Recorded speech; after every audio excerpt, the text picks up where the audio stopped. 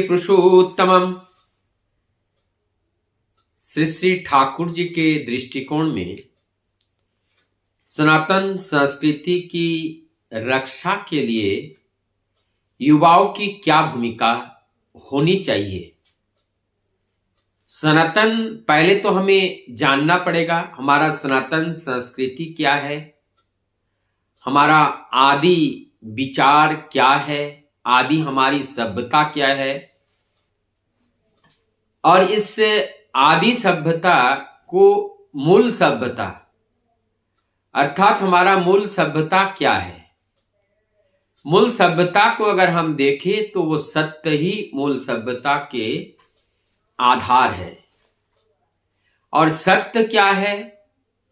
सत्य ही वही निराकार ईश्वर है और वही निराकार सत्ता है, और जिसके गुणावली को बरकरार रखने के लिए प्रतिकूलताओं के साथ संघर्ष बलिदान के द्वारा वो सत्य की रक्षा करते हुए जो समाज जन्म लेता है वो शुद्ध बुद्ध और शुभ विचारक वाली एक नव समाज का सृजन होता है, जिसको चाहे इस सत्ययुग के नाम से लोग जानते हैं।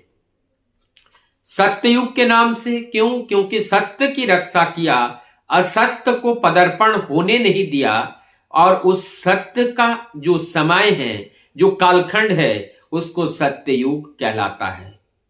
तो अब प्रत्येक युवाओं को ये जरूरत है कि इस सत्य को बचा के रखने के लिए हमें क्या करना पड़ेगा। सत्य की क्या एक ही जगह पे है?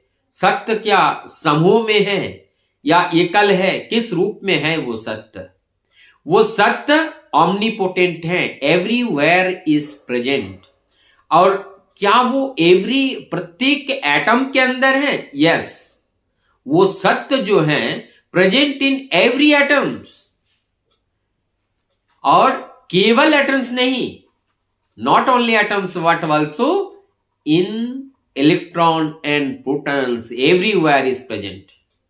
No any place is empty where is truth is absent. Everywhere is truth present. तो ये क्या हुआ? ये omnipotent है, ये हर जगह उपस्थित रहने वाले ये सत्य है। और ये सत्य की रक्षा हमें करना है। कैसे? कि इसके अंदर जैसे हम गेहूं की खेती करते हैं, वहां गेहूं की बीज बोते हैं, लेकिन उस गेहूं के बीज के साथ कुछ दूसरे बीज भी आ जाते हैं, या उड़ करके भी कुछ बीज वहां पे आ जाते हैं, और जिसके बजाय से वहां पर बंजर भूमि का निर्माण होता है। उस बंजर भूमि को परिशुद्ध करने के लिए, बंजर भूमि को परिशुद्ध करने के लिए हमें क्या करना पड़ता है?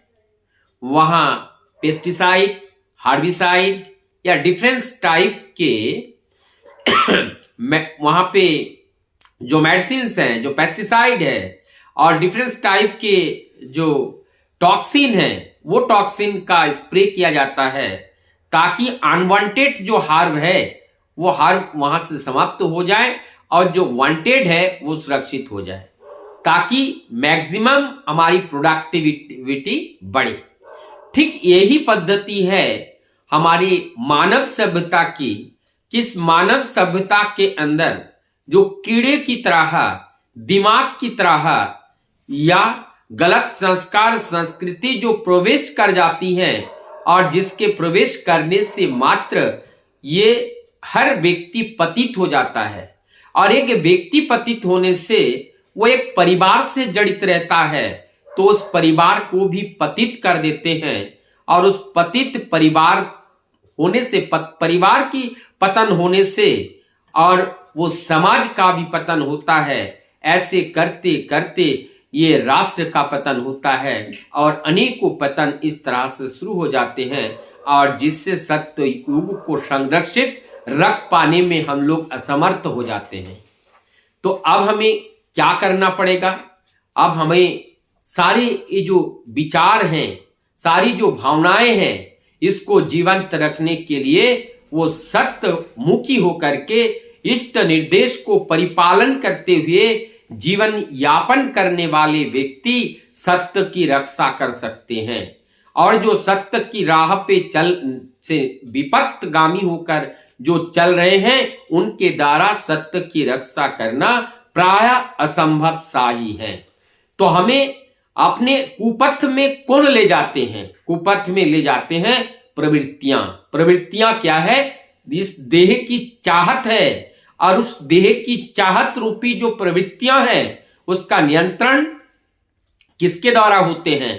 वो आदर्श अनूक चलन से उसका नियंत्रण होता है। और आदर्श अनूक चलन जब हमारे जीवन में आती है तब जाकर के ये संभव होता है इस तरह के परिवर्तन का, और जैसे ठाकुर जी चाहे थे उस तरह का एक परिवेश का सृजन करना। तो आइए हम सभी लोग मिलकर के जिसके कंधे पर जो भविष्य इस देश का है वही लोग अगर वो दृष्टि दोष हो जाएं, उन लोगों की कर्म में दोष आ जाएं, उन लोगों की व्यक्तिगत जीवन पतन की राह पर अगर चल बसे तो चरित्र बोलने के लिए क्या बचेगा? चरित्र निर्माण ही नहीं होगा तो चरित्र का खोज कैसे होगा? और जब चरित्र नहीं होता है, पर्सनालिटी नहीं होती है, उनकी व्यक्तित्व नहीं होता है, चरित्र ही मनुष्य का व्यक्तित्व होता है। और जो व्यक्तित्व जब होता है तभी अपने परिवार, समाज और राष्ट्र का उत्थान होता है। और जब तक अपने व्यक्तित्व का डेवलपमेंट नहीं होगा तब तक जाकर के ना तो अपना उत्थान होगा, ना परिवार का उत्थान होगा, ना समाज और राष्ट्र का उत्थान होगा। और इस उत्थान के लिए ये अत्यंत आवश्यकता है। वंदे